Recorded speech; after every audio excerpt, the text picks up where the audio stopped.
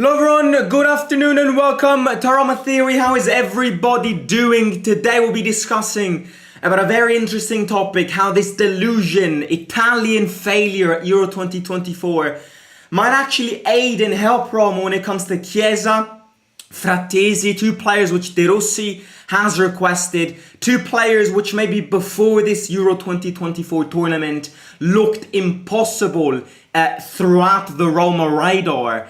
Now, maybe a little door can open. Both of these players have a value which is going downwards. Their value has dropped after this terrible tournament. And therefore, it's kind of a double face. Because yes, as an Italian, it's been an absolute dissatisfaction what I've seen.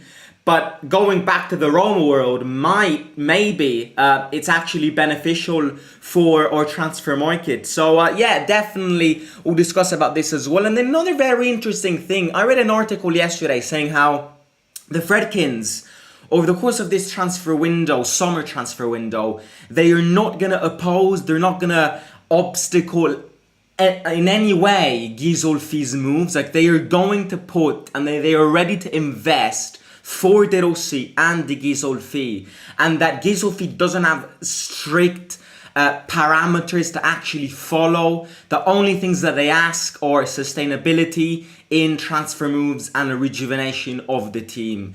And I think that's very interesting. So yeah, we'll definitely discuss about this today. As yeah, it's obviously the 2nd of July, so the transfer window has opened technically officially yesterday. We definitely are a little bit delayed compared to other teams. Absolutely, you've got Lazio who already bought two players, Chuana and Noslin from Verona. And then you've got Juventus, who I think are the most active team in the transfer window right now. They got Douglas Luiz, and now they're on the verge of signing Kefrem Thuram, one of the players that I actually wanted in our team. But that is not going to happen. And then you've got other teams definitely interested in some things. Roma's going to try and close some... we've said this yesterday. Roma wants a few players by next Monday, which is when preseason starts. I think that's another massive thing. If we can get a few players in by Monday, then they can have a full, and I mean entire full preseason, and that's definitely going to help with them adapting to the team. So that is very interesting as well. I mean, to start off, I want to read a little article describing how the value of Chiesa, the value of Frattesi, and the value of, look, let's face it, a lot of Italian players has dropped after this drastic Euro campaign. The price of the Juventus winger is decidedly going downwards. Chiesa, whose contract expires in 2025, was banking heavily on this European Championship to reevaluate himself on the market.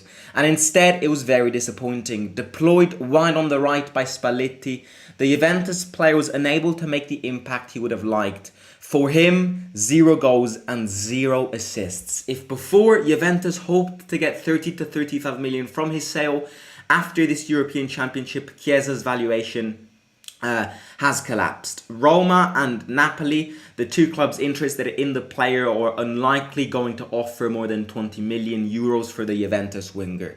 The valuation of Davide Frattesi has also dropped significantly, a midfielder who, according to insiders, would be one of the first names on De Rossi's list for his ideal midfielder. The Inter player has gone from 35 million pre-European Championship to 25 million currently. Only 3 international bucketed the trend. The Lazio player Zaccagni, the author of the super goal against Croatia, but above all, Donnarumma and the former Giallorossi player Calafiori. So yeah, I mean, let's face it. Italian players are coming out of this European Championship destroyed. Apart from Donnarumma, Zaccagni and Calafiori, the rest disappointed. The rest completely disappointed the entire nation. Now again, look, nobody, I can guarantee you, I know I said that Italy was going to win the European Championship once in live stream, but I was joking. Nobody in Italy was expecting, nobody had hopes of Italy winning the Euro. Like, it's not about winning it, but it's about the embarrassment that they placed the nation in. Because let's face it, there wasn't one game where Italy managed to actually dominate the play. There wasn't one game from Albania to Croatia to Spain to Switzerland where Italy actually proved themselves threatening, and that's a problem. That's a problem that's embarrassing, because yes, these teams are good teams, especially Spain, but the rest, we made them look like prime Brazil, prime Argentina. And that's not the case. We weren't weaker than them. We were probably at the same level of them, if not better on paper. But due to some drastic decisions from the manager, Italy failed. Italy drastically failed. And now we're seeing a lot of players which were in that national team that have seen their value drop a lot. But yeah, look, I mean, I look at Chiesa. We are interested in Chiesa. It's been confirmed by a lot of sources. Before the Euro 2024, it might have looked unlikely. You know, Juventus was asking 35 million, if not 40 million. They decided against extending his contract. Napoli were interested in him. Bayern Munich were interested in him. Roma are also heavily interested in him. De Rossi sees a lot of potential in Chiesa in his 4-3-3 formation. But now, I mean, this article describes it perfectly. Juventus cannot possibly be asking more than 25 million for Chiesa, who's coming from a bad tournament. He's coming from an average season. He's coming from a broken ACL. And on top of everything, his contract expires in 2025. So it's kind of beneficial for us, because 25 million is a sum of money that Roma have said that they can spend this summer. Now the question here is, however, will Roma want to spend 20 to 25 million on Chiesa? Because the situation here is, it's, in my opinion, it's not can we afford Chiesa, because we can afford Chiesa. Chiesa's value dropped. And nobody out there, I speak on the behalf of Roma, but Bayern Munich, Napoli, whoever wants Chiesa will not possibly offer Juventus more than maximum 30 million. It's just not going to happen. It's not how the transfer window works. So adding on to this, his contract is expiring, and Juventus have placed him out of their project. So they cannot be possibly asking the values and the price tags that they were asking before the Euros. So it definitely is beneficial for us. His value hasn't increased. No big teams have actually caught the eye of Chiesa, because another problem was, if he had a good tournament, then a lot of competition would rise. But nobody really got caught out of guard by Chiesa. He got 0 goals and 0 assists, so you can't really classify him as a great player over the course of this tournament. The question here is, in my opinion, it's not can we afford him, because the answer is yes, we can afford him. But the question here is, do the Friedkins want to spend that money on a player which, does he suit the project we want to follow? Does he suit the sustainability that the Friedkins want to bring? Does he suit the new philosophy of investments that the Friedkins want to do? I'm not sure. De Rossi definitely specifically asked for Chiesa, and we know this. But will he be the player that the Friedkins want to invest on? That's my question. Because I don't think it's an easy answer. His wages aren't at the highest, but they're definitely not the lowest. And his wages will cost you a lot. And his injury past isn't the greatest. If you ask me, I would get Chiesa. I think Chiesa has been the result of managers who just were not able to get their best out of him. And I speak about Allegri, I speak about Spalletti. Allegri placed him as a striker back this season at Juventus, and Chiesa is not a striker. So it's like playing Rafa Leao as a striker. No, you can't do that. Leao isn't a striker. So that's definitely one of the reasons why this season with Juventus, he didn't have an immense season. And in the Euros with Spalletti placed him on the right, when Chiesa is clearly a left winger. And that similar analogy is like placing Rafa Leao on the right, when he can't cut in and cross the ball. he can't cut in and shoot because he's right-footed. So why? And look, and this is the result of unfortunately, going back to the national team. Just to share my last words on it. Yes, as we've said many times, there are structural problems in this nation which don't allow this national team to flourish anymore. From the fact that 80% of all Serie A teams are now constructed with foreign players that don't give time and development to the youth setup. The fact that a lot of Italian teams sell their youth away and then Italian scouts kind of lose the eye for them, and then the fact that football schools, football clubs are now very expensive and not everybody can afford them, and that restricts the number of people that can sign up for them. The fact that the culture changed, absolutely. All of those are structural problems. Adding on to this, the fact that the infrastructure in Italy is not welcoming, the structures, the infrastructure, the stadiums, a lot of stadiums, number one, aren't privately owned. Number two, they're crumbling down, they're collapsing. Sport facilities throughout the entire nation aren't flourishing anymore. Yes, these are structural problems, absolutely. But there is also one of the reasons why we failed was because of Spalletti's confusion. The way I describe it is confusion. Because, again, starting Di Lorenzo every single game and leaving Bellanova out and not even giving Bellanova 1 minute is a crime.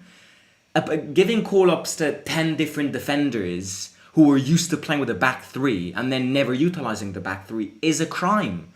Giving a call-up to Fagioli, which, all due respect, breached the rules, paid for it, now he's got all the rights to get back playing football, but giving a call-up to somebody who hasn't been training properly with the team and hasn't been playing professionally for the past 12 months, and excluding players like Orsolini, is another crime. And then the confusion of changing the team every single game, it shows to me that you don't trust your players, starting Chiesa and other players in wrong positions. Yes, all of this led to this disaster, but that does not mean, in my opinion, that Chiesa isn't the player that he was in Euro 2020. Okay, maybe he's not that player anymore because he tore his ACL, so physically he can't be that player anymore, but I don't see why he can't be very similar to the player he was. If he gets utilized properly, if you put him in a proper formation and respect his proper position, and you've got a manager who backs him, believes in him, then Chiesa's threatening in this league. So I think it's a deal to do. I think it's a deal to do. The other one is Frattesi. Frattesi is more complicated because Inter just bought him. His contract isn't running out. He's younger than Chiesa. And yeah, I mean, Frattesi also has had a terrible, absolutely terrible Euro campaign. Not just because he led to that penalty, which then got saved, but just because, yeah, Frattesi lost it. Frattesi is another player, Italian player that De Rossi really wants. I think it's more complicated. I think also for the sake of not acting as a lunatic, I don't think Roma's going to invest on a player that, number one, they had him in the youth setup 5 years ago. Number two, they wanted him 2 years ago and didn't prepare a proper bid. They wanted him last year and didn't prepare a proper bid. So for the sake of getting mocked around and now having to invest a lot of money on him when you could have invested him and got him for a very little amount of money, I don't think they're going to do it. I think this Frattesi saga has been dragging on for too much. Yes, De Rossi wants him, and yes, De Rossi has potentially requested him, but I don't see Frattesi happen. Out of the two players, I definitely see Chiesa happen more. Speaking about Chiesa, some sources say that Roma have presented the first bid to Juventus. It's around an 18 plus add-ons bid. Juventus are probably going to reject this first bid, but if the first bid is that high, we could call it in brackets, then I think it gives me hope. I don't know. I see the Chiesa deal happen. I do think Napoli could get him easier than us, but I think Napoli are going to only get him if Kvara leaves. And if Kvara leaves, then Napoli are going to get Chiesa. But I don't think Kvara is going to leave. I don't know. I know Kvara has posted some like messages saying he wants to leave Napoli, but I think he's going to try a season under Conte. You know, I think the attraction of playing under Conte is going to be interesting for him. So I think that's definitely interesting. Inter asking around 50 million for Frattesi, if I'm correct. Well, they were asking around 40 to 50 million before Euro 2024. Frattesi's value has dropped. A lot of players, in fact, the value of players which haven't dropped, as we said before, are Calafiori, Donnarumma, Zaccagni, and all the players who got 0 minutes. The others all dropped because all were absolutely dead. So that's not the thing. 50 million for Frattesi, you can have him. I mean, you can keep him. I'm not going to spend 50 million on Frattesi. I'm never even tempted to spend 50 million on Frattesi. I could get cheaper and probably better players. So never in a million years would Roma spend 50 million. If the value massively drops and Inter wants to sell him because it kind of would free up some space in their team, then maybe it could happen. I don't see Frattesi happen. I've said this for the past 5 minutes. Out of the two, I think Chiesa is the one that could happen the most, not Frattesi. I've heard rumors that the Friedkins have no financial limit this transfer window. Do you think this is true? And if so, they will spend close to 100 million. I'm going to get into that in 5 minutes, in around 5 minutes, because I've got another article, interesting one. Did we sell or are we selling Tammy? Well, Tammy, Roma want to sell Tammy. Roma want to use the money that they could get for Tammy to kind of get the new striker. So yes, Tammy's on the transfer list. They haven't sold him yet, and no offers have come through yet. We were trying to sell Tammy, and Fonseca has asked for him. That 20-25 million that we could get for him would help or transfer a lot. Yes, and I think that money would be reinvested in strikers. Right, by the way, in the meantime, if you could hit the like, it would massively benefit the channel. So if you haven't yet, hit the like down below, please do. If you are enjoying today's live stream. Any coach with any sense of decency would step down after that embarrassment. I agree. You know what? In all their look, my father sometimes. My father isn't a tactical, like, we don't really speak about tactics and all of that. But when we speak about football with my dad, he kind of comes up with these interesting things that you sometimes don't look to, but then you actually realize that they're true. And I was in Portugal this weekend, and I was back 2 days ago. And yesterday we were watching the Portugal game, and I don't know why, but the guy who the what's his name, the guy who speaks, the pundit, yes, a pundit there on Sky Sports mentioned the word Spalletti, and I was like, what do you think of Spalletti? Like, I was asking my dad, do you think Spalletti should have stepped down and all of that? And he said, yes, he should have, because the manager of a national team in Italy, the manager of the national team, only, the pattern shows that he only goes well if he is not a character, if he's not more than a football manager. And I went like, do you think Allegri could be an option? And he was like, no, because Allegri is a character. Allegri has his persona. Italy, apart from the fact that they won World Cups and Euro 2024s with incredible teams of titans, but they all won tournaments with managers who were simple managers, who weren't managers who every time they had to speak out loud in front of the TV acted like a god. You know, Spalletti's become such a pain in a philosophical twat. Too like, oh, I need to ban PlayStations because we live in a culture of football where PlayStations need to ban and all the players need to give me their phones after 10 p.m. or they will spend all their evening on it. that's a character. That's not a football manager. Mancini, who we won the Euros with, was a simple manager. He made mistakes, but he was a simple lad. He wasn't a complicated persona. Allegri wouldn't work out because he's more than a manager. He's somebody who gets his jacket and throws it away and protests against it. Mourinho, in my opinion, for Italy, a manager like Mourinho would not go well in an Italian national team. A manager like Ranieri, who's simple, class, manage, don't be more than a manager.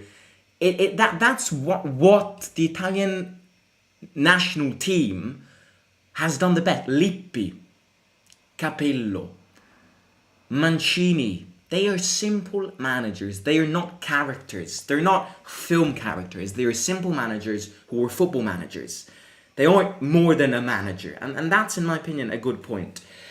So that's that. Do you think there's a chance we get Calafiori? No, absolutely not, mate. No, not a chance. I mean, Chelsea, Arsenal, Juventus were interested in him. I just hope he doesn't go to Chelsea. Because if he goes to Chelsea, he ruins his career. I would much rather he goes to Juventus than goes to Chelsea. Please don't go to Chelsea. But no, there is no chance we get him. Especially right now. Right now, no chance. Maybe in 5 years' time, I don't know. But right now, not a chance. Yes, it's true that Juventus are looking into him. Yes. Thuram is one step away from Juventus. Fabrizio also posted. I'm Norwegian, but Spalletti has to have something against Roma. Unpopular opinion, but Kvaratskhelia will flop under Conte. He will play out of position considering Conte plays a 3-5-2. Yeah, I don't think Conte is going to last long at Napoli. Napoli is a complicated place to be with a complicated owner. I don't think Conte is going to last long. Not that he's going to get sacked or step down after 3 months like they did with, what's his name, Garcia, but he's not going to... In my opinion, he's not going to last more than 1-2 seasons. Which for a manager like Conte depends on how you go. Because if you don't win anything, it's similar to Mourinho, you know. So yeah, that's that. Right, the last thing which I want to speak about is this concept of no limitations around Ghisolfi. After the deadline of the 30th of June, Roma finds itself among players who left Trigoria at the end of the loan or at the end of the contract with 8 fewer players. The squad therefore needs to be heavily rebuilt.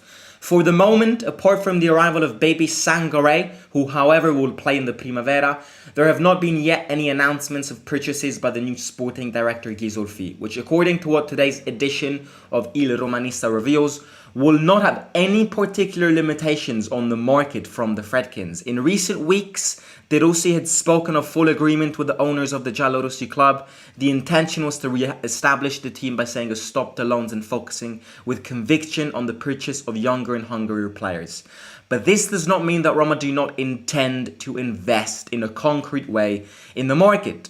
If there is a possibility of reaching checkers with a very expensive player, but in line with the parameters established by the club, writes Il Romanista, President Friedkin will not fail to make his contribution. And consequently, it is reasonable to expect investments worth 30 to 40 million. The Texans have not put any restrictions on Ghisolfi, who will therefore have the possibility to spend to bring home young players who can increase the technical and financial value of the club. Very interesting. This basically says, I'm not going to oppose you. I'm not going to restrict you. You do you. And in fact, if you find me the player that satisfies my project, I'm going to invest a lot of money on it.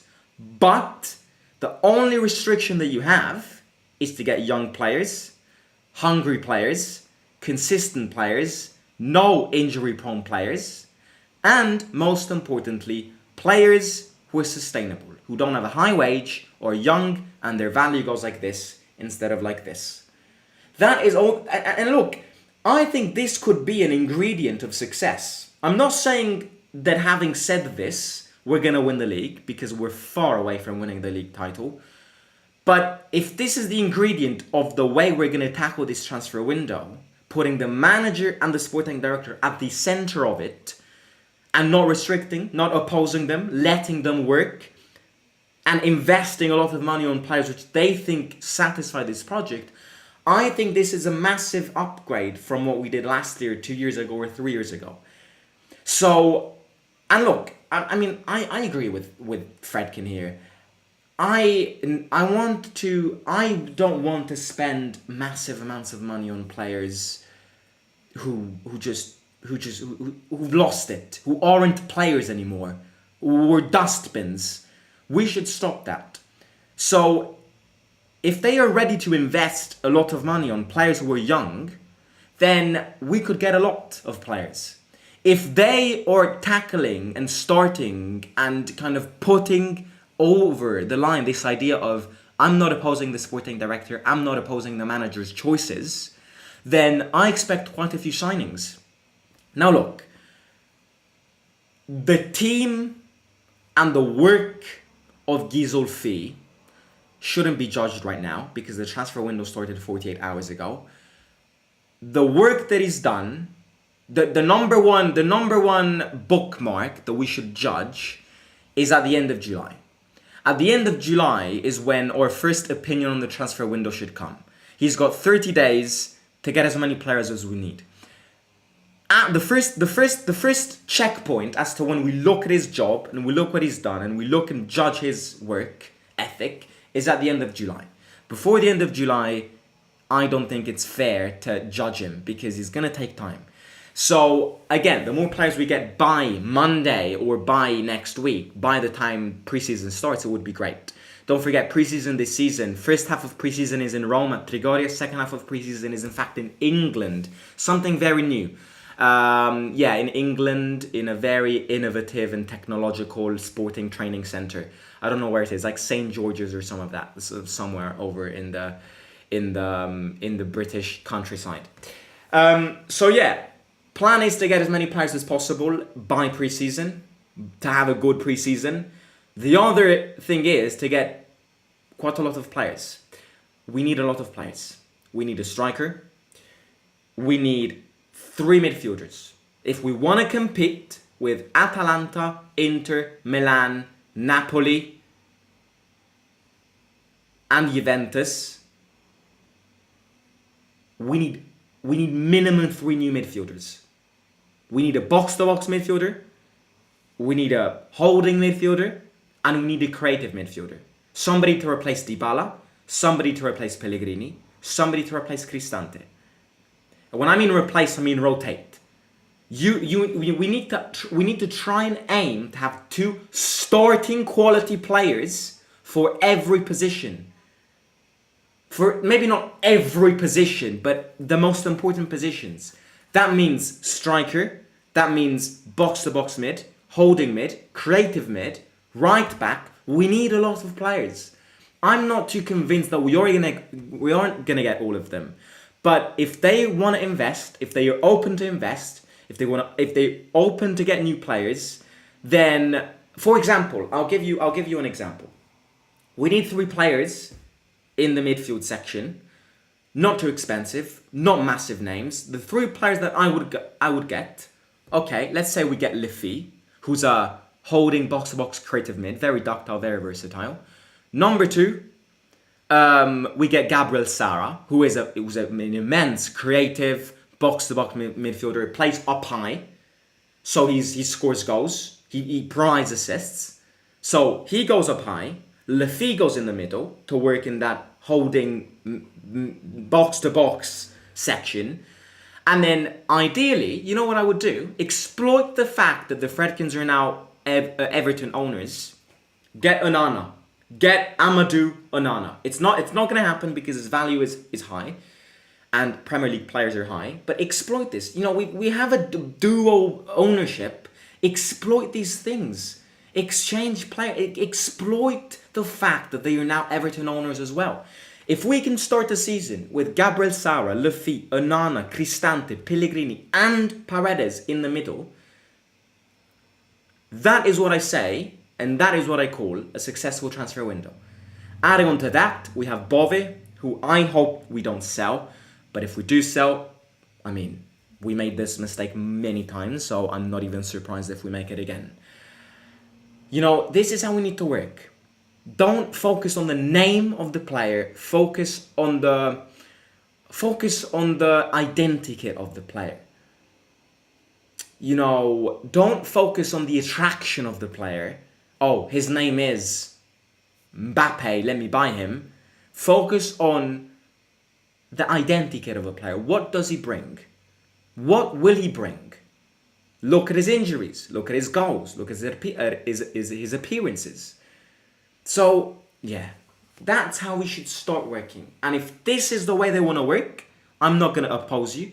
But you need to respect the project, the sustainability. And if you do that, I will invest in the players. That, in my opinion, is a good point. But let's hope that this actually does happen and isn't just waffle in the newspapers. What about João Costa? Well, yeah, look, we will have, again, if you want to start a young project, another massive aspect is growing young players. If you want to start a project which will also incorporate in your team the players from your youth, great, but you need to invest in your youth. You need to believe in your youth. So if that is the case, if we do want to do this, then a lot of the players that are now promoted need to go on pre-season, train with the first team. Pisilli, João Costa, Pagano, Cherubini. If we want to become an Atalanta, a Bayer Leverkusen, a Bologna team, not only do we need to change the style of investments in the transfer window, but we need to start believing in our youth more. And by doing this, get them all for pre-season. Get them in. It's not going to cost you more money if you call them up for pre-season. That doesn't mean that you have to start Pagano and Pisilli every single game. No, because that's not possible. But give them more faith. Give them more belief. That's the way I look at this team right now. This is the way, this is the direction we need to go to. So I expect on Monday, when pre-season starts, whenever we fly to England, I want to see in that Instagram official page, I want to see videos and clips of Pisilli passing the ball to Dybala. I want to see Cherubini passing the ball to Tammy in the box. I want to see players, these young players, João Costa, incorporating themselves in the first team. That's what I want to see. Because otherwise what we do is we promote, great, successful, youth is incredible, they win the league, it's full of talented players, they reach the point where they either get promoted to the first team or they get sold, and we all sell them. And then why are we then actually investing in our youth setup if we never incorporate them in the first team? So, this is what I mean. And hopefully this is the change. Will Roma sell Paredes? De Rossi massively likes Paredes, we know it. Again, there always, when you speak about these players who aren't at the start of their career anymore, you always need to take into consideration Saudi bids. If Paredes gets 20 million offer, then he's got 2 kids, he's got a family. I know he loves Roma, but he'll probably be tempted to accept it. So I think he stays unless a massive Saudi bid comes in. And then it's very hard to say no to those bids. We've seen it. We need 2 strikers, 3 midfielders, 2 new centre-backs and a backup goalkeeper. What about João Costa? We already did that. We have Baldanzi and Bobby for rotation though. Yeah, but I agree. Fully agree. Give time to them because they're young. And I don't want to contradict what I just said. But we've seen it last year, at the end of last year. Do they have the quality to act as second lines? They do have the quality. I'm not saying they don't. But they don't have the quality right now. Baldanzi, I would loan out, in fact. I would loan him out. Because yes, Baldanzi can be Dybala's second line, but that's not improving from last year. Because Baldanzi still isn't ready to carry this team. So, you see what I mean? I massively believe in them, and I don't want Roma to sell them by any means. Because I really want Roma to invest in them and believe in them and start them and give them game time. But are they ready, or do they have the quality to be second lines? Dybala's injury prone, don't forget. So if Dybala misses 60% of the season, does that mean that 40% of the season needs to go to Baldanzi? It's a risk. You can do it. I've got no problem with it, but it's a risk. And, it's kind of the risk that we've made for the past 6 years, however. So we need to change something. In my dreamland, I'd also like to look at Italian midfielders. The French are good, and those are the ones that Ghisolfi knows, but also an Italian would be nice in the midfield. Prati from Cagliari. I like that thinking. And trust me, that's the problem. One of the problems why this national team is so weak. Because that is what we do. We've got a good Italian midfielder, but however, rather than buying him, who's Italian, I get a French guy. These are all problems that link together and that kind of encapsulate together, which explain why the Italian team is so shit lately, you know? These are all base problems. Forget about Spalletti and his decision making. Forget about Scamacca, who was less agile than Joe Biden over the course of this Euro 2024. Forget about the fact that, our defense is bad. Those are tactical problems. But these tactical problems all arise because the base problems are this. Italian teams would rather get a French midfielder than an Italian midfielder. It's kind of how it works. And yeah. Get Fafana says, Anad, is Cherubini staying? Because I heard that he's leaving. I also heard that he was leaving. I don't know. We don't get many news around the youth. So yeah. I think we should get another player from the Premier League and from La Liga and Bundesliga, because there are players from the Bundesliga who are young and are good and they have good prices. Yeah, the market is wide. You need to be creative. You need to be innovative. You know, there are interesting players all around the world, but you need to be good at identifying them. And will El Shaarawy be Chiesa's rotation if we land him? Yeah, I could see it happen. Why not? Right, I'm going to end it here. I'm going to go live tonight with more, maybe a bit of transfer news. Yes, if we've got some latest news. We've got the Netherlands against Romania in a bit. And then we've got Austria against Turkey tonight. Yeah, not massive games today. Yesterday, oh my God. Like, words cannot describe how much I love Cristiano Ronaldo. Words cannot... I am not even joking here. You know, Cristiano Ronaldo is a hero when he's more than a simple idol. I was watching yesterday's game and I have never sweated more than that Budapest final. I was watching that game yesterday. I was about to cry. And that's the power of this game. That's the power of that man. I'm Italian. I don't care about Portugal. I only care about Portugal because of Cristiano. I don't know why, but for 2 hours yesterday evening, I felt as if I was the biggest Portuguese fan ever. Like I felt like if I spoke during the game yesterday, Portuguese words came out. And it's incredible what that man does, and I love him to bits, and I hope he wins his last dance. You know, it's incredible. The mental force that man has. Misses a penalty, cries, says sorry, and then scores a penalty. First penalty of the penalty shootout. Oh my God, it's incredible what that man can do and what that man has done to this game. No disrespect to Messi, I love them both, but my GOAT is indeed, by far, Cristiano. Vamos Cristiano! Mbappe going down. Again, look, I'm not going to be one of those delusional people who say that Ronaldo's at it still. Time is kicking in both Messi and Ronaldo. Like the end is near. The end is very near. And it's very sad because I cannot imagine what football will be without those two GOATs out there. One thing that I got out of yesterday's game is that, especially when he was crying and all of that, that he's slowly understanding that the end is very near, which is very sad. But aliens miss as well. Aliens make mistakes as well. And to miss a penalty, cry, score the first penalty of the penalty shootout, and then say sorry to your fans. Say sorry to your fans. Cristiano Ronaldo saying sorry to Portuguese fans. If their country is relevant in the world of football, it's because of that man. So imagine saying sorry because you miss a penalty. I don't know. The force of that man is big. The force of this game is incredible. And now that Italy's out, Portugal is my team. In fact, should I say Cristiano is my team, not Portugal. Right, I'm going to catch you tonight. Hit the like. Please do hit the like. As always, if you're watching this live or not, it's free of cost. It takes 2 seconds. Literally hit that like. It supports this channel and this community a lot. Please do. I know that people aren't into Roma these past days because of Euro 2024 and all of that.